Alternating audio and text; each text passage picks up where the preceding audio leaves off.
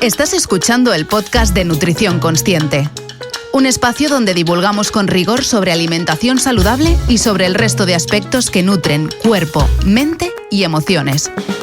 Yo soy Laura Ribes, periodista especializada en alimentación y health coach, y en este podcast entrevistaré a los mejores profesionales del país en el ámbito de la nutrición para que nos guíen en el viaje hacia el bienestar.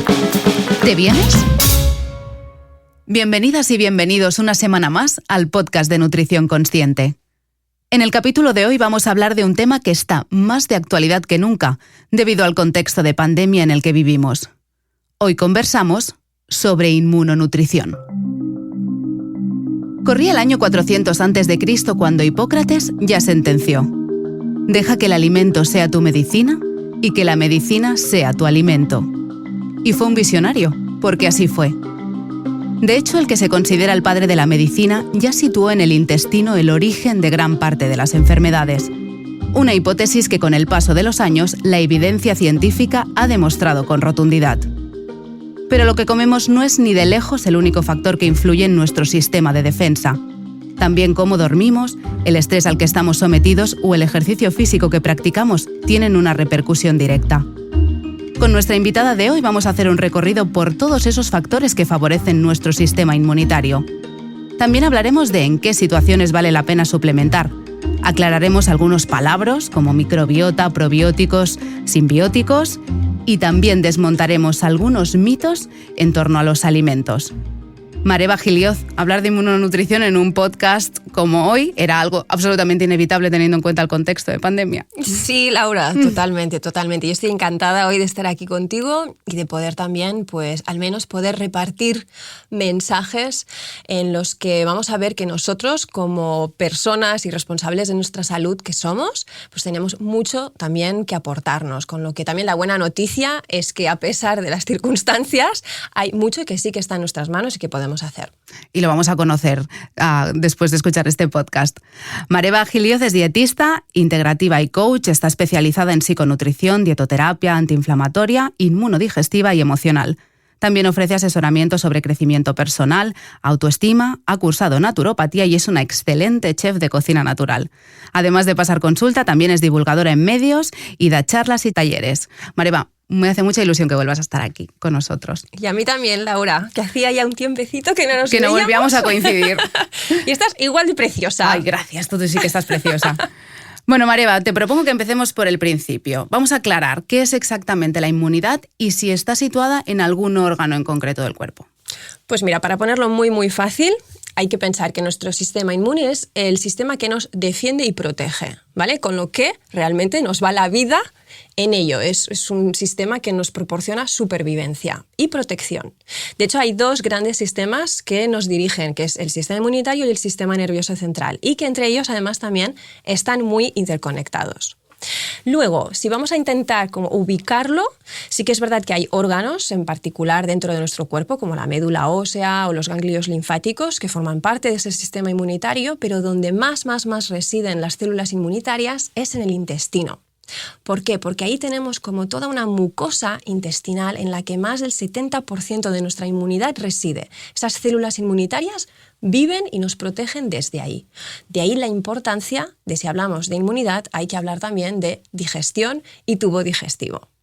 Entonces, ahí es donde se sitúa la famosa microbiota. ¿La microbiota es lo mismo que flora intestinal, lo que se ha conocido, ¿no? Sí, típicamente como flora intestinal? Se la llamaba flora intestinal porque cuando se descubrió lo que teníamos por ahí de una manera muy, muy ligera, se pensaba que pertenecía al reino vegetal. ¿Qué pasa? Que ahora ya, desde ahora unos cuantos años, se ha estudiado con muchísima más profundidad y se ha visto que no, que son bacterias, microorganismos, en los que también hay incluso pues, arqueas, parásitos. Hay, digamos, como una especie de ecosistema interior que convive con nosotros desde siempre, pero que efectivamente estas bacterias viven en el intestino y donde más sería en el intestino grueso, en el colon. Y forman parte, como digamos, un batallón de defensa de este sistema inmunitario intestinal que tenemos. He leído que tenemos 2 kilos de estos bichitos en nuestro cuerpo. Bueno, mira, de hecho hay recientes estudios que lo que sí nos dicen es que son 200 gramos, no 2 kilos, Pero no es tan importante eso, sino lo que es importante es saber que somos en un 99% más gen bacteriano que humano. Wow. Así que tú y yo que estamos aquí viéndonos, somos gen bacteriano ante todo comunicándonos entre nosotras. Y esto es fascinante porque también siempre hemos tenido como ese contexto de que la bacteria era algo malo, negativo, el enemigo, y uno de los problemas, de hecho, en nuestra actualidad es que se ha abusado tanto de una higiene tan extrema que hemos también alterado muchísimo ese ecosistema y ese equilibrio de bacterias y microorganismos que tenemos. Vamos a hablar del origen de esa microbiota. ¿Nacemos con ella? ¿Nos viene dada? ¿Cuál es el origen? Mira, de hecho empieza la microbiota a aparecer desde ya el mismo momento de la concepción. Y a partir, obviamente, del embarazo de la madre, a partir de ahí se empieza a desarrollar. Luego, una vez nacemos, también la manera en cómo nacemos va a interferir. El tipo de parto, ¿no? Exacto. Pero sobre todo lo primero y más importante es el tipo de embarazo que uno ha tenido, cómo se ha alimentado, cómo estaba la microbiota de la madre. Esto ya va a interferir en la futura microbiota del bebé. Obviamente luego el parto es importante, la alimentación del bebé también y sobre todo esos 3 primeros años del niño van a ser cruciales en cuanto a su alimentación, pero también la parte más psicosomática, el estrés, toda esa parte de afecto, de abrazo, de contacto, también va a ser súper importante para nuestra microbiota intestinal. Antes comentabas que el tipo de parto es un punto importante, siendo el vaginal el que te aporta una mayor microbiota, ¿no? Sí, porque de manera natural el parto está diseñado para así ser dado por vía vaginal. ¿Qué ocurre? Que también es verdad que hay casos en los que no se puede y hay que hacer una cesárea. A mí me gustaría también lanzar un mensaje tranquilizador, porque es cierto que en la vagina nosotros tenemos ciertas bacterias y eso es lo que va a colonizar el bebé, pero en la piel de la madre también hay otro tipo de bacterias. Van a ser diferentes, pero algo sí que va a estar colonizado. Lo que de ahí también que el piel con piel, ¿no?, con la madre sea tan importante, ¿no? Exacto, es súper importante. ¿Qué se está haciendo a día de hoy, además, en las clínicas donde más actualizadas, digamos, están? Lo que se hace es, en el caso de tener que hacer un parto por cesárea, se está utilizando el método de con una gasa estéril, sí que recorrer toda la parte del canal vaginal para recoger parte de esa microbiota vaginal tan esencial para el futuro bebé y en el momento del parto, aunque sea por cesárea, es luego volver a repasar esa gasa por toda la mucosa del bebé, por toda su piel, para así, digamos, de alguna manera también poder vacunarlo. ¿No? Claro, sí. Es como simular como si hubiese pasado por el canal de parto al bebé. Exacto. Qué bonito. Sí. Vale, ya hemos visto que la alimentación juega un papel fundamental. También hay otros factores que veremos más adelante que influyen mucho en el buen estado de esa microbiota, pero ¿cuáles son los síntomas que nos indican una alteración de nuestra flora? Vale, van a ser varios, es decir, van a haber unos muy obvios que van a tener que ver pues, con las malas digestiones, con exceso de gases, con gases muy malolientes, eructos, diarrea, estreñimiento, en fin, todo lo que tenga que ver con el proceso digestivo. Pero luego van a haber otros síntomas, como puede ser un problema de piel, una psoriasis, una rosácea, un acné, o problemas también de concentración, falta de memoria o neblina mental, o problemas de mucha inflamación, ¿no? Pueden ser artritis, pueden ser de carácter autoinmune como una artritis reumatoidea, es decir, van a haber muchas otras patologías y síntomas que parece a primera vista que no tengan que ver con el intestino o la microbiota, pero cuando intentemos entender cómo nos modula absolutamente toda la salud esas bacterias, entonces cobrará sentido que realmente afecte a todos los demás sistemas. Claro, con lo cual hay que dejar claro que no es solo un síntoma digestivo, sino que se puede manifestar de muchísimas maneras. Sí, yo te diría casi de todas. Al final, la gran pregunta es ¿qué no tiene que ver con la microbiota? A día de hoy es lo que se está viendo, ¿no? Porque interactúa con el metabolismo, con el sistema neuroendocrino, con el sistema inmunitario, con el sistema también nervioso y por lo tanto emocional. Entonces, cuando empezamos a ver que todos nuestros malestares tienen de alguna manera una relación con ese bienestar de la microbiota, al final entendemos que no podemos saltarnos ese paso, que en todo diagnóstico y tratamiento y dieta vamos a tener que siempre tenerlas en consideración. Más adelante vamos a ver qué es lo que está en nuestra mano para poder arreglar esa microbiota. Sí. Mareva, te he oído decir que hay una relación directa entre inmunidad, inflamación y enfermedad. ¿Por qué la inflamación nos hace enfermar?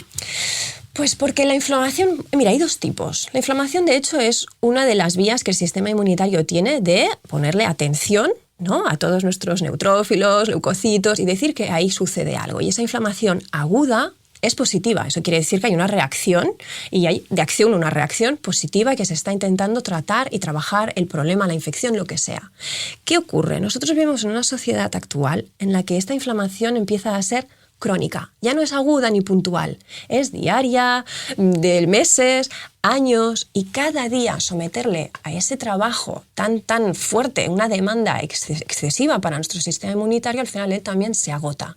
¿Y qué ocurre? Que el siguiente paso va a ser como una antesala, después de esta gran inflamación que la llamamos de bajo grado, donde va a ser una antesala para futuras patologías más severas e incluso de carácter autoinmune. De ahí el hecho de no tomarlo por, oye, ya sufro de estreñimiento, es normal. No, ya el estreñimiento podría ser una causa de esa futura inflamación de bajo grado que al final está causado por un desequilibrio de la microbiota y que eso me puede dar el día de mañana una patología muchísimo más severa. Entonces, de ahí la importancia de que esa inflamación, entender la diferencia entre lo que es una aguda y lo que es una cronificada. De hecho, hay patologías neurodegenerativas como podrían ser el Alzheimer que tienen una relación directa con esa microbiota, ¿no? Es lo que se explica por el eje intestino-cerebro. Explícanos un poco más sobre este concepto. Pues sí, porque además es un concepto que a mí me encanta, que me parece precioso, y es entender que tenemos como en ese intestino un segundo cerebro, ¿sí? Que lo llamamos un sistema nervioso entérico porque hay neuronas dentro de nuestro intestino. Lo bonito de todo esto es que se comunica con nuestro otro cerebro, el de arriba. Y hay como una vía bidireccional entre intestino y cerebro constante. Como estos dos se hablan y se comunican, a la que yo tengo una alteración en el intestino, forzosamente de alguna manera me va a afectar también a todo lo que es la parte del cerebro. Incluso se habla de neuroinflamación. Es decir, cuando tenemos estas barreras, como son nuestras mucosas intestinales, pero también la barrera hematoencefálica, ambas pueden al final quedar alteradas, inflamadas, porosas y dejar de protegernos. Y a partir de ahí entran sustancias que no nos interesan nada, también a nivel cerebral. Y de ahí, pues, enfermedades neurodegenerativas como pueden ser el Alzheimer, como el Parkinson también.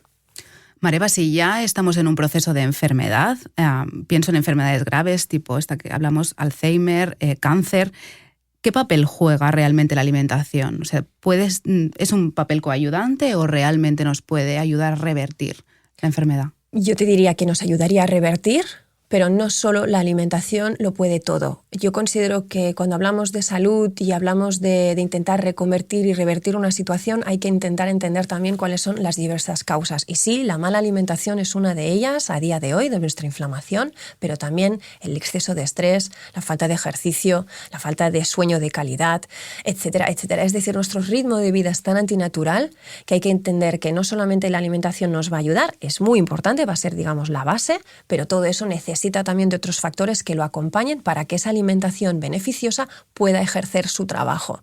Si yo no preparo un poquito como ese terreno, no me va a servir de mucho estar comiendo pues 4 kilos de brócoli, pero manteniendo un estrés, no durmiendo y no practicando ejercicio. Claro, porque otro de los problemas no es solo lo que comemos, sino lo que nuestro cuerpo es capaz de absorber. Sí. ¿No? Y que esa absorción depende de otros muchos factores como estos que comentabas. Sí, porque de hecho, claro, ¿dónde absorbemos? En el intestino. Entonces, claro, una vez más... Si tienes una mala microbiota... Pues la tenemos problema complicadita. Tenemos, ¿no? Sí. De hecho, hay que intentar siempre ver esa persona cuando te comentas que tiene muchas intolerancias y alergias, y hay que sospechar de que puede haber un problema realmente en esa mucosa.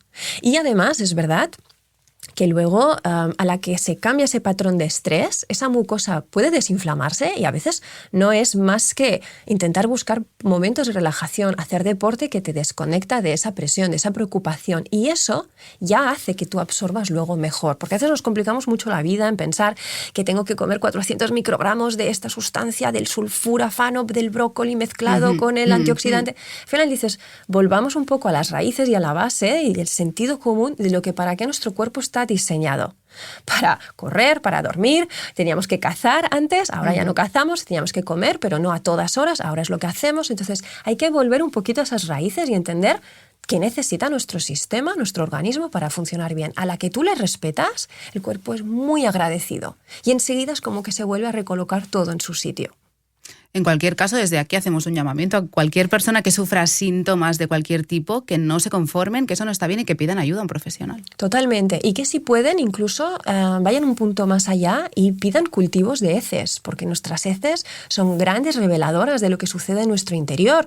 Y fíjate cómo nosotros, cuando tenemos un bebé y siempre estamos observando, ¿no?, los pañales, cómo son las heces de nuestros bebés, cómo va la dentición, todo eso, que es tan importante, lo dejamos de hacer de adultos. Y es un error. Tendríamos que seguir observándonos constantemente y tomar más conciencia corporal de qué nos está indicando nuestro cuerpo.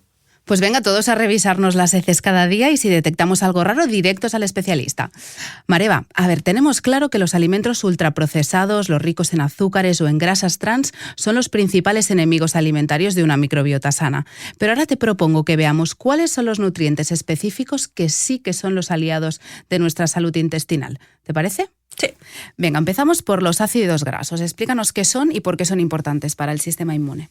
Pues los ácidos grasos, al ser grandes antiinflamatorios, sobre todo aquí hablamos del omega 3, si hemos hablado antes de que la inflamación es un poco el origen de todo, yo tengo que aportar sustancias que intenten relajar ese sistema inmunitario y que nos desinflamen. Entonces, un buen ácido graso omega 3 es ideal. ¿En qué alimentos? Sobre todo los más interesantes es en el pescado azul pequeño.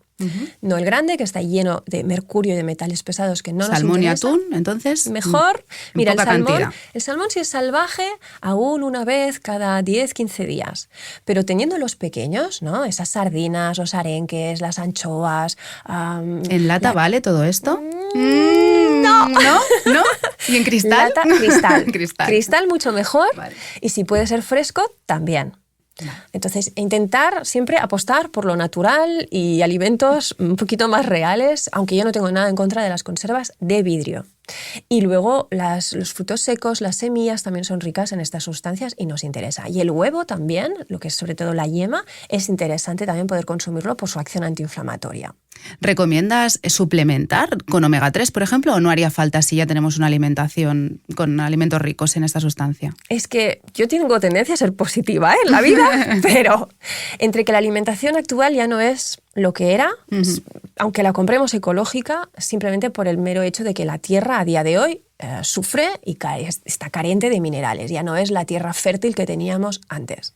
Entre que los ritmos de hoy en día no nos permite cocinar como deberíamos cocinar, ni comprar todo lo que tendríamos que comprar, yo lo que veo al menos en mi día a día es que es muy difícil que solo con la alimentación consigamos un buen aporte de omega 3, o sea que sí que yo soy partidaria más bien de suplementarlo. ¿Podemos ir a comprar un suplemento de vitamina de omega 3 en cualquier momento o hace falta que nos lo prescriba un profesional? Sí, no, yo siempre lo que es suplementación vamos a tener que hacerlo bajo la supervisión de un profesional porque también puede interactuar con alguna medicación, un tratamiento, quizás hay una patología y que se desconoce. Entonces hay que siempre pensar en que la suplementación, aunque sea natural, lo mismo sucede con la fitoterapia, es que es medicina, es potente y que sobre todo cuando es suplementación ya estamos hablando de principios activos concentrados en mayor cantidad que la alimentación y por lo tanto tenemos que saber y tener claro hacia dónde va dirigido ese suplemento.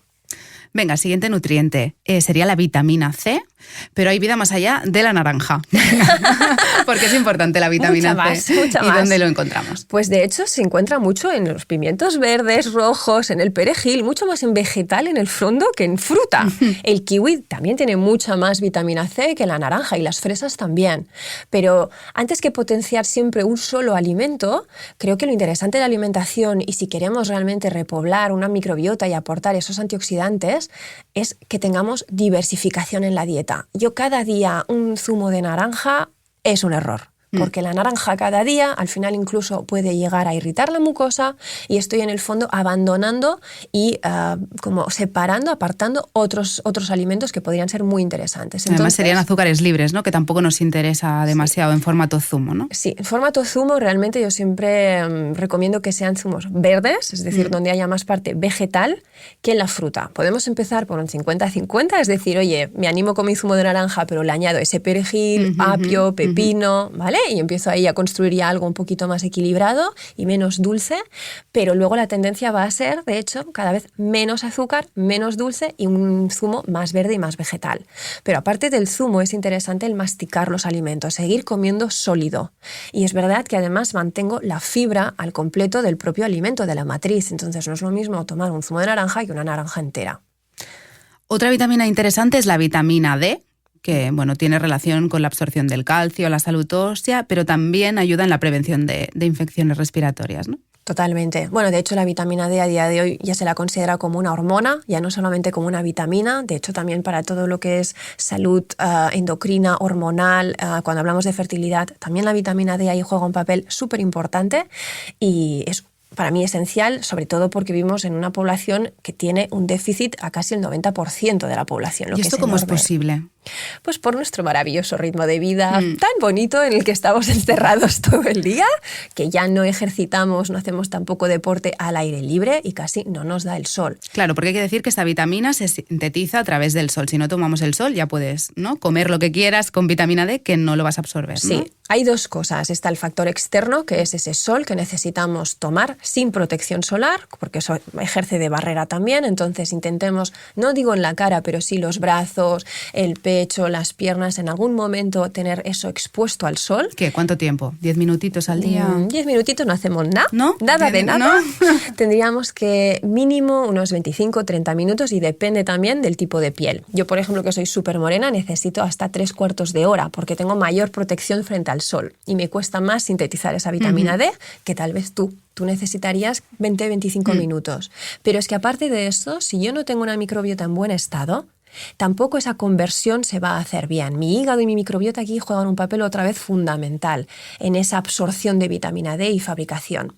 Entonces, salud intestinal y digestiva, tomar el sol y luego también aportar alimentos. Por ejemplo, las setas son muy interesantes, sobre todo si son secadas al sol. Y luego todo lo que son fuente de grasa animal, como la mantequilla, lácteos, el pescado graso, también. Pero es importante no consumir lácteos desnatados porque entonces nos despedimos, nos despedimos de esa vitamina que es liposoluble, igual que la vitamina A. Entonces, si como mantequilla, que sea una buena mantequilla de pasto, no desnatada. Y si puede ser incluso clarificada, que es la ghee, aún mejor, que es más digestiva y que está totalmente libre de impurezas. Si es tan difícil sintetizar esta vitamina, ¿nos tenemos que suplementar? Yo te diría que sí. Que sí. Sí, a día de hoy para mí es muy difícil que una persona no tenga que suplementarse. Basta con comprar un buen suplemento. A mí me gustan mucho los que ya tengan en formato de aceite, de grasa, porque eso va a facilitar también esa biodisponibilidad y absorción de la vitamina, y que a veces con 4 o 5 gotas al día estamos manteniendo unas unidades óptimas y por lo tanto un buen sistema inmunitario, además de hormonal, etcétera, etcétera. Pero sí. Vamos a hacer un paréntesis aquí para hablar de la relación entre la vitamina D y la COVID, porque hay algunos metaanálisis que sugieren que en pacientes que han desarrollado síntomas graves de la enfermedad se podría relacionar con una deficiencia en la vitamina D. Sí, porque como estamos hablando de que tiene que ver con la inmunidad, sistema respiratorio, además de también el hormonal, y como todo está en el fondo vinculado, sí que es cierto que incluso para personas asmáticas se ha demostrado que la vitamina D es buena. Pero no solamente la vitamina D, también el magnesio, también el hierro, también la vitamina A. Es decir, al final tenemos que entender que todas estas vitaminas, ellas trabajan en sinergia con otros minerales y vitaminas que se potencian entre ellos. Si yo trabajo la dieta de una manera integrativa, la suplementación también tendría que serlo. Porque claro, además, si no, pueden haber competencias, ¿no? Si yo tomo poco calcio, poco magnesio y mucha vitamina D, también puedo crear un desequilibrio a nivel óseo. Claro, es que a veces tenemos tendencia a querer encontrar alimentos como milagrosos y es que no existen, no es una combinación. Lo que existe es un equilibrio y una variedad, porque nosotros mismos somos algo muy integrativo, es decir, somos muchos sistemas a la vez. Si solo me ocupo de un alimento y de solo un sistema, sigo teniendo un tratamiento que está cojo, sigo teniendo algo poco eficiente. Venga, y el último nutriente que te quería comentar, minerales como el zinc o el hierro.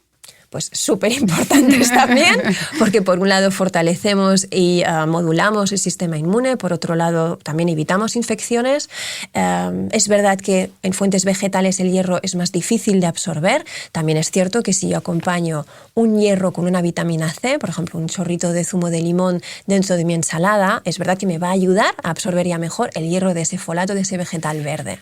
Pero es importante que haya también legumbres, cereales, fuentes animales si uno no es vegano o vegetariano, pero sí, ese equilibrio tiene que estar. Y el zinc, por ejemplo, lo encontramos en ostras, en pipas de calabaza, y es variar.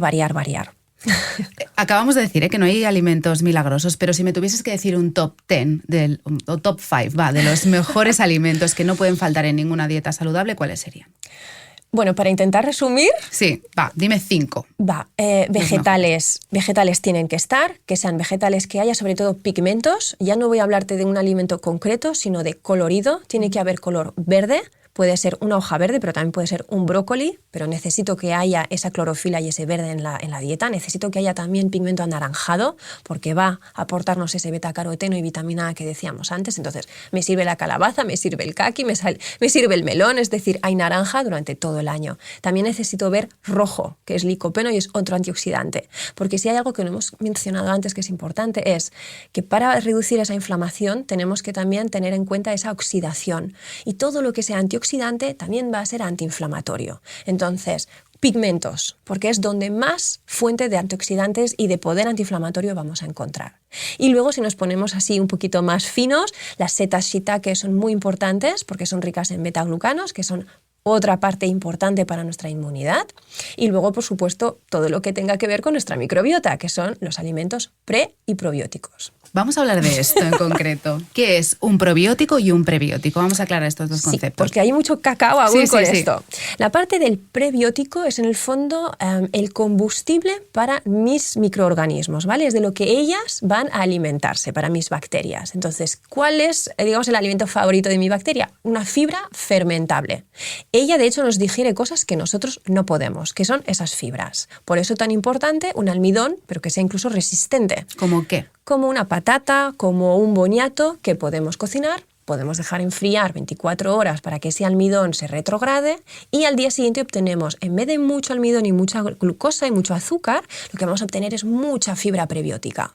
Y encima vamos a ver que hay una parte muy saciante también dentro del almidón, entonces es doble beneficio. Pero bueno, te hablo de tubérculos como te podría hablar también del arroz integral, si lo dejamos también enfriar 24 horas, fenomenal, y luego están frutas como el plátano, que no esté muy maduro, un plátano más tirando a verde, o el plátano macho, que se utiliza mucho en Sudamérica, que aquí no tanto, pero que también nos puede servir de base, por ejemplo, para hacer pizzas maravillosas. Ok, pues yo ya me he apuntado una ensaladilla rusa, ¿no? Por ejemplo, sin mucha mayonesa, pero estaría bien, ¿no? No, y si haces una mayonesa con un buen huevo ecológico, con un buen aceite de oliva, que el aceite de oliva tiene polifenoles y que también es otra de las sustancias favoritas de tu microbiota, ahí dentro va a haber un festival. Pues listo, oye, pues venga, ya tengo la comida lista para mañana. Todos contentos.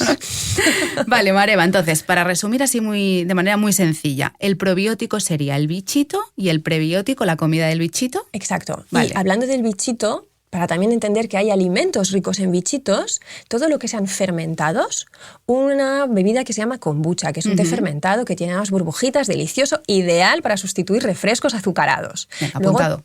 Luego tendríamos el kéfir, el yogur, pero luego también el chucrut, el kimchi, la salsa de soja tamari, el natto, el tempe. Busquemos fermentados. ¿El miso también? El miso, fantástico, a mí me encanta. El amazake, que también es como un yogur asiático, pero que también... ¿Y el miso, los que vienen en sobrecitos así como de sopa instantánea, ¿eso vale o no vale? Eso no vale. Eso no vale. Es que eso es un poco la trampita, porque siempre hay trampita en el mundo siempre alimentario, pero no pasa nada porque siempre hay soluciones, que es buscar miso y fermentados no pasteurizados.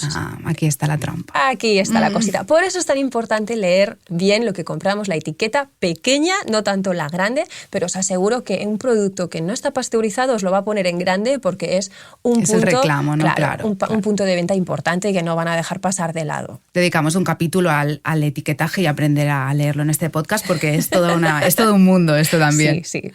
Vale, Mareva, entonces ahora te quería preguntar por el papel que juegan las plantas y las especias en el sistema inmunitario, ¿no? Pienso, por ejemplo, en la equinacia. fantástica la equinacia, también el tomillo, de hecho también la regaliz, pero sí que es cierto que las plantas que son fitoterapia no es lo mismo consumirlas en formato de infusión que en formato de una tintura o un suplemento, donde ahí una vez más el principio activo está muchísimo más concentrado y no deja de ser medicina natural, pero muy potente. Entonces las infusiones sí que las podemos de manera más general, las podemos ir tomando, pero cuidado cuando estamos hablando de suplementación, una vez más hay que personalizar. Vale, supervisado siempre por un profesional que sepa del tema. Siempre. Vamos a abrir ya el tercer melón relacionado con la inmunidad y son aquellos factores no alimentarios que afectan a nuestra inmunidad. ¿Cuáles son esos grandes factores que también afectan? Pues el primero y más importante para mí es el estrés. ¿Quién no sufre de estrés a día de hoy? Porque yo no conozco a nadie y no nos han enseñado a gestionarlo. Entonces creo que algo fundamental que tenemos que aprender todos, y ojalá esto lo hagan ya desde el colegio, es a gestionar el estrés. Buscar maneras, no de evitar lo que es inevitable, pero sí de que a mi cuerpo no le afecte tanto. ¿Por qué? Porque luego viene, después del estrés, ansiedad. Y después depresión, insomnio, etcétera, etcétera. Esto es súper importante porque el estrés altera la microbiota. Luego sería falta de ejercicio, sedentarismo a tope. Tendríamos que estar mínimamente activos 30 minutos al día. Es lo mínimo que nuestras bacterias se merecen y necesitan. Y es más, ya lo notamos nosotros, que a la que caminamos, paseamos, el estrés se reduce. Además, si luego al aire libre tomo sol y encima también segrego endorfinas, con lo que es puro beneficio tanto para la parte física como también mental. Si tengo que ponerme a hacer un ejercicio, ¿es mejor el ejercicio de fuerza para impulsar el sistema inmunitario que otro tipo de ejercicio? Yo te diría que sí, pero también soy muy cuidadosa con esto porque sí que entiendo que la parte de movilizar y un trabajo cardiovascular es también necesario para nuestras células inmunitarias, porque también las movilizamos. O sea, no solo hacer pesas, ¿eh? No solo hacer pesas. Considero que el cuerpo está diseñado para las dos cosas, para hacer un trabajo de incluso resistencia, sí, pero también tenemos que sudar, que de hecho a través del sudor también tenemos depósitos de otras sustancias que nos protegen y que nos va bien para excretar toxinas de dentro del cuerpo hacia afuera. Entonces, todo lo que es sudar, llorar, la saliva, todos estos fluidos que tenemos forman parte del sistema inmunitario y si no los activamos, entonces es que está el sistema inmunitario dormido. ¿Hay que hacer ejercicio cada día entonces? Yo te diría que sí. No hace falta que sea el gran machaque de tu vida, pero lo que no se puede es estarnos sentados de la silla, sentados al sofá y del sofá estar tumbados en la cama. Esto es antinatural. ¿Y la falta de sueño cómo afecta? ¿Nos afecta realmente? Muchísimo, muchísimo porque afecta también de una manera indirecta al sistema hormonal. Nosotros tenemos ritmos circadianos, necesitamos vivir en función de la luz que nos rodea y de la oscuridad también que nos rodea la noche. Si yo empiezo a saltarme esa regla, esa ley que me gobierna y yo empiezo a trabajar mucho de noche, vivo con la luz encendida halógena todo el santo día y nunca miro al sol y me pongo gafas de sol durante todo el día, yo no estoy tampoco acompañando a mi cuerpo de lo que él necesita. O sea, que se acabó ver Netflix hasta las 2 de la mañana, ¿no? Es que Netflix, mira que me gusta, pero me tiene frita porque, claro, es adictivo, sobre todo porque hacen esa trampita de que te paso al siguiente episodio en 2 segundos. Casi no te da el tiempo ni de reflexionar. Ni de decir, vale, apago, ¿no? Y claro, tú estás ahí con unos nervios que quieres saber qué pasa en el siguiente capítulo y estás ahí enganchado. Entonces, cualquier cosa ya que nos engancha y que nos produce una actitud adictiva, ya es un problema. Claro, es que es contrario, ¿no?, al ritmo de relax que tendrías que tener para irte a dormir. Y digo Netflix como digo Instagram, porque el móvil encendido toda la noche tampoco es buena idea. Entonces, intentemos de verdad volver un poco a nuestros ancestros que durante la noche tenían luces bajas, muy flojitas, por decirte, no tenían ninguna. ¿No? Como en el mejor de los casos. Exacto, entonces quizás no hace falta la vela, pero sí reduce al menos esa potencia.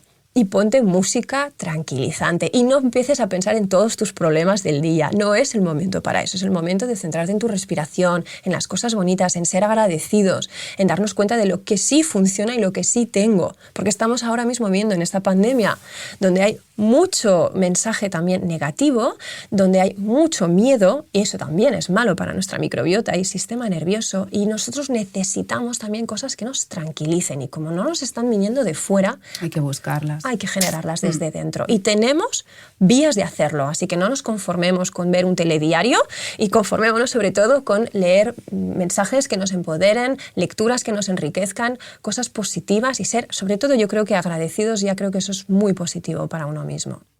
Mareva, sabes que en este podcast siempre queremos dar voz a la audiencia para que os pregunten a vosotras como expertas dudas sobre la materia del podcast que tratamos hoy, ¿no?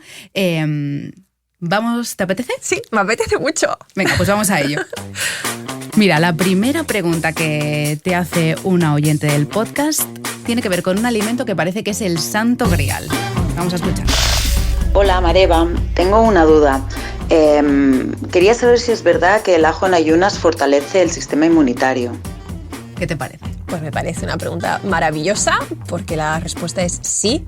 El ajo contiene alicina y ese principio activo sí que realmente trabaja como un antibiótico natural para nosotros. Es cierto que luego está el problema del aliento, no sufráis, porque hay vías, no hace falta masticar ese ajo, se puede simplemente desmenuzar, ¿vale? Troceadito, bien cortadito, y se toma como un poco a San Hilari, con un vasito de agua, de golpe, y así no lo mantenemos demasiado en boca. Y luego masticar unas hojas de menta ayuda también. ¿Y el ajo negro es una alternativa? Sí, es el otro ajo que yo quería también comentarte, porque hay otro que no repite para nada para esas personas que a veces puede haber una intolerancia y dificultad en digerir el ajo. Entonces el ajo negro es maravilloso porque tiene un sabor más dulzón, se parece un poco más a la ciruela, no repite y tiene aún más cantidad de antioxidantes. Entonces, fantásticos, incluso combinamos ambos, ¿eh? Víctor, nuestro técnico, toma ajo negro y está muy contento con esta respuesta que le acabas de dar. Pues bravo, bravísimo. Venga, Mareva, vamos a por la segunda. Es un alimento que se está poniendo muy de moda, pero creo que antes ya has apuntado algunas cosas sobre esto, pero quiero que me lo acabéis de aclarar. Hola Mareva, mira, me gustaría saber tu opinión sobre los hongos que dicen que son inmunomoduladores y sobre todo y especialmente del hongo reishi que está tan de moda y que ahora estoy pensando en tomarlo. Gracias. Oye, qué audiencia. ¿Qué te parece? Más formada, más ¿no? en potente. el tema. Sí, me encanta. Pues nada más, yo estoy súper de acuerdo, lo hemos comentado antes, sí. Gracias a esos betaglucanos, esas setas son realmente para mí una de las bases a nivel de una despensa inmunitaria. Además, la parte positiva es que no es inmunoestimulante, es decir, que no lo va a activar en exceso nunca, siempre lo va a regular. Es decir, que cuando estamos muy altos nos lo baja y cuando estamos muy bajos nos lo sube. Por lo tanto, casi no hay nada de contraindicación. Y es bueno, para mí, es variar de setas. Es bueno estar entre la reishi, la shiitake, la maitake, ir variando. Vale, o sea, no nos quedamos con una, sino ¿no? ir variando. Ir variándolas. Perfecto. Vamos a por la tercera pregunta y esta hace referencia sobre una falsa creencia que está súper arraigada. A ver qué te parece. Hola, mi pregunta era sobre el vino tinto, que dicen que una copa al día tiene propiedades para mejorar la salud cardiovascular. ¿Es verdad o es un mito? Va a ser que no, ¿no? Ay, esa pregunta que siempre cae. Pero verdad que está súper arraigada. Súper. Bueno, yo creo que es algo a la que nos acogemos, ¿no? De lo bien que suena. Porque además vivimos en un país que producimos muy buen vino. Claro. Entonces, yo no soy un antivino, a mí me encanta el buen vino, disfrutarlo, uno natural, de calidad, pero tengo que ser consciente de que eso no me va a aportar el beneficio que se me vende. ¿Por qué? Porque hay alcohol.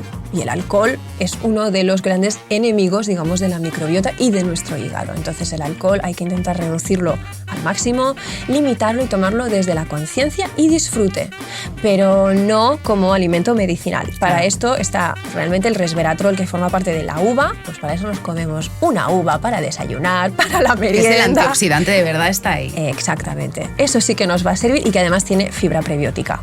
Vale, ok, o sea, que una copita de vino, ¿no? De manera puntual y sabiendo que no es bueno, como mínimo. No. Y ahora una pregunta que a mí personalmente me gustaría que fuese verdad, porque soy una gran consumidora. Vamos. Hola, yo quería saber si es verdad que el consumir café cada día ayuda a prevenir el Alzheimer. Pues es cierto. ¡Ah! Maravilloso. Pero, en todo hay un pero. Tengo que decirte un pero, sí, porque no hay alimento para mí totalmente malo o totalmente bueno. Hay que ver todos los contextos, incluso también el social, porque eso es importante, el sentirnos parte de algo. Y esto también hablo de lo mismo con el alcohol. Pero es que el café, somos de los países que más café consume. El problema no es si tomamos una taza de café, es cuando empezamos a superar esa dosis de 2 tacitas, 3 tacitas al día. Cuidado, y sobre todo si me encuentro en un contexto de ansiedad y de mucho estrés. ¿Por qué? Porque eso sí que crea un pico me dispara hacia arriba todo lo que es la adrenalina y a eso le somete un trabajo a mi glándula suprarrenal importante. Entonces, ¿qué es más ideal como bebida estimulante? Pues tenemos, por ejemplo, el guaraná, que es más estable, que es muy típico de Brasil, pero que también tiene un efecto estimulante. El té verde matcha también es estimulante, pero a la vez mejora lo que es concentración y es tranquilizante porque contiene la L-teanina. Y el café yo te diría que al menos que sea natural, no torrefacto, no de cápsula, no, ecológico, natural, muy diluido en agua, tipo un poco a lo americano. Intentar acompañarlo no de azúcar, desde luego, sino más bien de, ¿por qué no?, algo de canela, que me regula ese pico además de glucemia en sangre, y un poquito de aceite de coco, que es una grasa maravillosa para mi microbiota y para mi cerebro. Cuidado también con lo que acompañamos el café. Estoy pensando en bebidas vegetales que a veces están cargadas de azúcares, ¿no? Exacto. Yo casi soy más de o ponemos aceite de coco o una leche, por ejemplo, de frutos secos, que me va a aportar un ácido graso inflamatorio, antiinflamatorio, que es el omega 3, más interesante, por ejemplo, una leche de almendras, que además me aporta magnesio y que no tendrá tanto azúcar. Aún así, hay que leer la etiqueta, porque yo hay veces que digo, vaya desastre y qué necesidad además de ponerle edulcorante aquí, que no pinta nada, ¿no? Una leche de avena tendría que ser avena y agua. Y punto. Y las hay de marcas, pero es verdad que son la minoría. Pues Mareva Guilioz, muchísimas gracias por compartir con nosotros toda tu sabiduría y mostrarnos el camino que nos alejará un poquito más de la enfermedad que con la que está cayendo ahora es súper importante. Súper importante, sobre todo, que no haya pánico, que no nos estresemos tampoco por hacerlo perfecto. Creo que es muy importante entender que esto es un proceso que se tiene que hacer desde el disfrute, es un acto de autocuidado y es querer buscar calidad con salud y placer. Y gracias, poco a poco, ¿no? Sí. Con objetivos, ¿no?, medibles, sí. y que se puedan conseguir, ¿no? Porque a veces queremos hacerlo todo de golpe y acabamos por no hacer nada. Es peor, es muchísimo más interesante hacerlo gradualmente. Además, cada uno tiene su agenda, sus límites y hay que respetar eso y tenerlo en consideración. Y sobre todo disfrutar. Es decir, si yo voy a probar mañana el aceite de coco, tengo que poder encontrarle ese placer también, que es tan importante. Pues Mareva, encantadísima. Gracias. Gracias de nuevo. Gracias a ti, es un placer. Y a ti, que estás al otro lado, gracias por escucharnos una semana más. Espero que la entrevista de hoy te empodere y te dé fuerzas para coger las riendas de tu salud. Nos reencontramos en 7 días.